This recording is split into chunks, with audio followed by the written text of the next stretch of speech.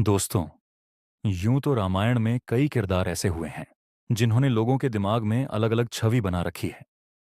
हिंदू धर्म में शायद ही कोई ऐसा व्यक्ति होगा जिसने रामायण और रामायण के किरदारों को न पसंद किया हो। कई लोग हनुमान जी को बलशाली मानते हैं, तो कई लोगों का कहना है कि बाली भी शक्तिशाली थे। तो वहीं कईयों के हिसाब से रामायण में कुछ पल के लिए आने वाले जटायु सबसे ज्यादा शक्तिशाली थे, जो कि रावण से युद्ध के दौरान लड्ढते वीर गति को प्राप्त हुआ।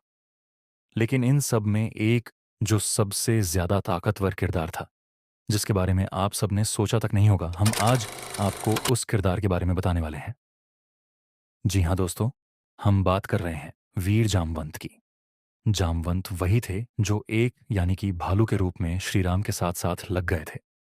दोस्तों, जामवंत इतने शक्तिशाली थे कि वे अपनी एक छलांग से समुद्र के पार से सीधे लंका कूद सकते थे।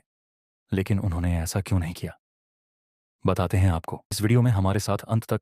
दोस्तों, जामवंत को रपाती कहा जाता है, जिसका मतलब होता है रोका राजा, यानी कि भालुओं का राजा। जामवंत एक भालू मानव थे और कहा जाता है कि जामवंत आज भी जीवित है। पुराणों के अध्ययन से यह बात साफ साफ पता चलती है कि महर्षि विश्वामित्र, दुर्वासा और विभीषण की तरह जामवंत भी इस युग में है और वो एक गुफा में अपनी भक्ति में लीन है। जामवंत के बारे में कहा जाता है कि जामवंत एक चतुर बुद्धि होशियार रक्ष थे। उन्हें सारे उपनिषद और वेद याद थे।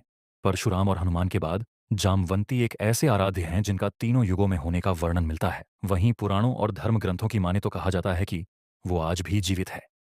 जामवंत के बारे में बात और कही जाती है कि जामवंत की आयु हनुमान जी से भी ज्यादा है, क्योंकि जामवंत का जन्म राजा बलि के काल में हुआ था।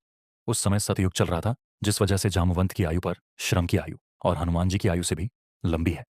दोस्तों, जिस तरह हनुमान जी और पांडव भ्राता भीम को पवन पुत्र माना गया है, उसी तरह जामवंत को अग्निपुत्र कहा गया है।